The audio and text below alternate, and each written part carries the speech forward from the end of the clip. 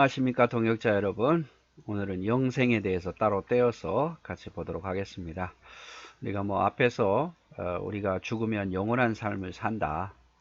그리고 육체가 부활해서 다시 사망이 없고 육체와 영혼이 있어도 우리는 영원히 산다. 거기에 대해서 우리가 이야기했는데 그런 이야기들을 좀 더 구체적으로 영생에 대해서 같이 보려고 합니다.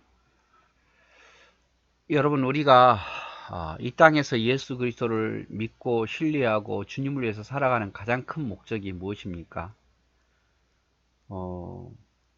그건 바로 우리가 천국 가기 위해서죠. 그렇죠? 천국에서 딱 1년 살다가 죽으면 되겠습니까? 천국에서 영원히 하나님과 함께 행복한 삶을 하나님을 찬송하면서 하나님 영광 돌리면서 살아가는 것이 우리의 목표죠. 우리가 이 땅에서 신 잘 믿어서 축복 많이 받아서 살다가 죽는 게 목적이 아니라 우리가 가장 큰 목적은, 물론 그것도 이 땅에서 복 받는 것도 목적이긴 하지만 그거보다 더 큰 바람은 우리가 이 땅이 아닌 훨씬 더 좋은 하나님 나라에서 영원토록 사는 게, 그게 바로 우리가 예수 그리스도를 믿고 신뢰하고 이 땅에서 수고한 이유일 겁니다. 그래서 영생이라는 것은 기본적으로 우리가 이 삶을 마감한 후에 주님과 함께 영원히 낙을 누리는 거예요. 그리고 그 삶을 마감하는 그날에 육체의 한계성을 벗고 자유와 영생을 누리면서 사는 거죠. 그래서 우리가 죽으면 하나님 나라 가서 영원히 사는 것. 그래서 우리가 이렇게 주님의 명령에 따라 사는 것 아니겠습니까? 요한복음 3장 16절에 보면 하나님이 세상을 이처럼 사랑하사 독생자를 주셨으니 이는 저를 믿는 자마다 멸망치 않고 영원히 영생을 얻게 하려 하심이라. 그래서 우리의 최종적인 목적은 영원한 삶을 살기 위해서예요.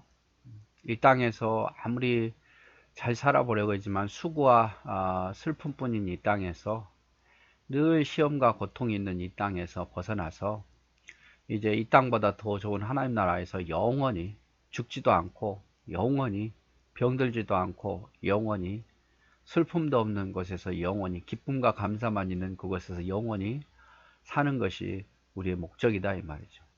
그렇게 우리는 또 죽으면 하나님 나라에서 그렇게 살다가 또 주님 재림하실 때 육체까지 부활해서 육체와 영이 하나 되어서, 변화된 육체와 영이 하나 되어서 영원히 하나님과 함께 낙을 누리며 살겠죠. 그래서 우리가 이렇게 믿는 거예요. 근데 이 영생의 조건이 뭘까? 어떻게 하면 영생을 얻는 걸까? 답 잘 아시잖아요. 그죠? 영생의 조건은 믿음과 그 근거인 하나님을 아는 지식, 그리고 믿음의 실제적인 표현인 성령 하나님께 대한 순종입니다. 그래서 영생의 조건은 다른 게 아니에요. 하나님을 알고 그 예수 그리스도를 믿고 성령에 순종하며 사는 삶, 그것이 바로 영생을 얻는 조건이에요. 잘생긴 거, 다른 건 하는 게 아니라 순종하고 믿고 그렇게 사는 거. 요한복음 17장 3절에 보면 영생은 곧 유일하신 참 하나님과 그의 보내신 자 예수 그리스도를 아는 것이다. 깨닫는 것이다 이 말이죠. 그냥 지식적으로 암송하고 이게 아니라 유일하신 참 하나님과 예수 그리스도를 깨닫는 것. 하나님이 어떤 분인지, 예수님이 어떤 분인지 우리가 그것을 깨닫고 믿는 것. 그것이 바로 영생을 얻는 방법이에요. 우리가 신론을 통해서 하나님이 이런 분이다 라고 우리가 보았고, 기독론을 통해서 예수 그리스도가 이런 분이다 라는 것을 깨닫고 그것을 실제로 믿고 살아가는 것. 그것이 바로 영생을 얻을 수 있는 방법이에요. 영원한 삶을 살 수 있는 방법. 요한복음 11장 25절 26절 예수께서 가라사대 나는 부활이요 생명이니 나를 믿는 자는 죽어도 살겠고 무릇 살아서 나를 믿는 자는 영원히 죽지 아니하리니 이것을 내가 믿느냐. 영생을 얻는 방법은 나를 믿는 자예요. 나를 믿는 자는 죽어도 살겠고 나를 믿는 자는 영원히 죽지 아니하리라. 그래서 영생의 조건은 하나님과 예수 그리스도를 알고 그것을 믿고 그리고 순종하며 사는 것, 그것이 영생의 조건입니다. 영원한 삶의 조건. 그리고 그 영원한 삶의 내용을 보면 우리가 영원히 살아서 얼굴과 얼굴을 대하여 볼 것이다 라고 표현합니다.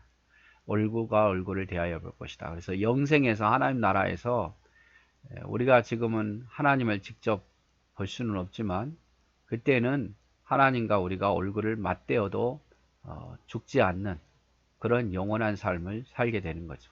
그때는 변화된 몸이어서 얼굴과 얼굴을 맞대어 있게 될 것이고, 또 영원토록 그와 함께 기쁨을 찬양하고 하나님을 경배하는 일을 하는 거예요. 그래서 천국 가서 영원히 우리는 뭐 할까? 심심하지 않을까? 지금처럼 뭐 직장이 있을까?